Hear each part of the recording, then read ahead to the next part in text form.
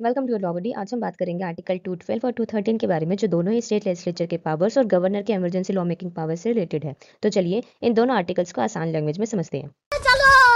Article 212 talks about courts not to inquire into proceedings of the legislature. Clause 1 कहता है कि court किसी भी स्टेट लेजिस्लेचर की प्रोसीडिंग्स की वैलिडिटी को सिर्फ इस वजह से चैलेंज नहीं कर सकती कि उसमें कोई इरेगुलेटरी ऑफ प्रोसीजर है।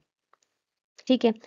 अब हमारे पास अगर एक एग्जांपल के साथ हमें समझे कि अगर किसी बिल के वोटिंग के टाइम स्पीकर ने माइनर प्रोसीजरल लैप्स कर दिया, तो वो बिल इलीगल नहीं होगा, क्योंकि ये इंटरनल मैटर है लेजिस्लेचर का।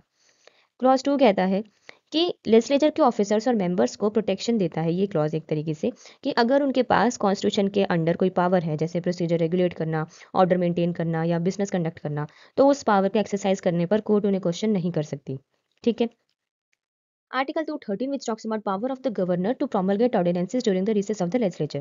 इसमें क्लॉज 1 कहता है कि जब लेजिस्लेटिव असेंबली या दोनों हाउसेस अगर बाइकैमरल लेजिस्लेचर है, सेशन में नहीं होते और गवर्नर को लगता है कि इमीडिएट एक्शन लेना जरूरी है, तो वो एक ऑर्डिनेंस प्रोमलगेट कर सकते हैं, यानी टेम्परेरी लॉ, जिसे इमरजेंसी सिचुएशन में बनाया जाता है। लेकिन कुछ रिस्ट्रिक्शंस भी हैं।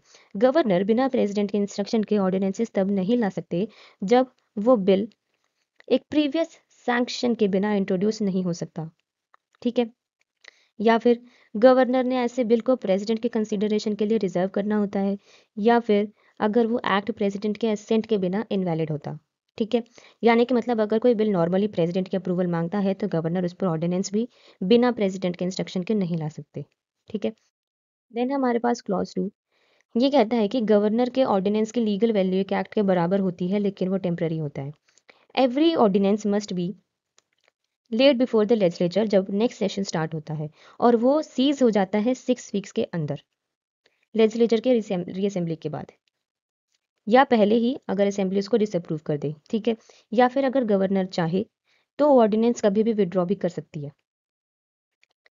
देन है हमारे पास एक एक्सप्लेनेशन। ये कहता है कि अगर स्टेट में लेजिस्लेटिव असेंबली और काउंसिल दोनों है और दोनों अलग डेट्स पर रिजेंबल हो रहे हैं, तो 6 वीक्स के टाइम लेटर डेट से काउंट होगा।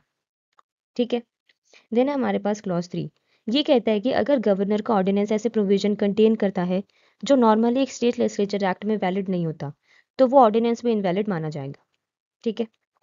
So this was simple explanation of Article 212 and 213 of the Indian Constitution. If you found this video useful, do not forget to like, share and subscribe your Logody for more such legal content. Thank you.